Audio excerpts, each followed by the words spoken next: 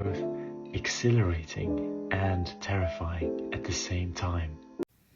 Good evening, everyone. We are reading Robert Greene's The Daily Laws. Today is December the 23rd, and the title is Avoid the False Sublime. The problem we face today is that many of us are too sophisticated and skeptical to consider such a quaint and old-fashioned concept as the sublime, which reeks of religious experiences we have seemingly outgrown. But whenever we humans attempt to repress or deny something so natural and embedded in our psychological makeup, all that happens is that the repressed desire returns in corrupted forms in what we shall call the false sublime. The false sublime can be sought through drugs, alcohol, and any kind of stimulant that temporarily frees us from our rigid selves and gives us a feeling of expansion and power, or at least numbs the depression we experience in the modern world. It can also be sought through video games or pornography, in which the violence and level of stimulation has to be continually up to have the same effect. Then there are all these microcauses and cults sprouting up to channel people's latent rage and restlessness. Through these groups, people can experience a temporary lift out of the banality of their lives until the aura of the cause fades and a new one must be found. And in this age, technology itself can become the new religion. Through technology and algorithms, we tell ourselves we can solve anything. These are all false forms for the following reason.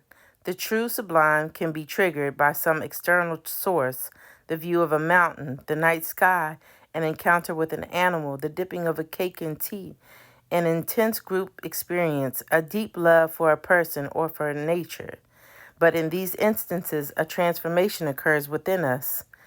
Our perceptions are altered, our minds expanded beyond the circle. From then on, we see the world differently.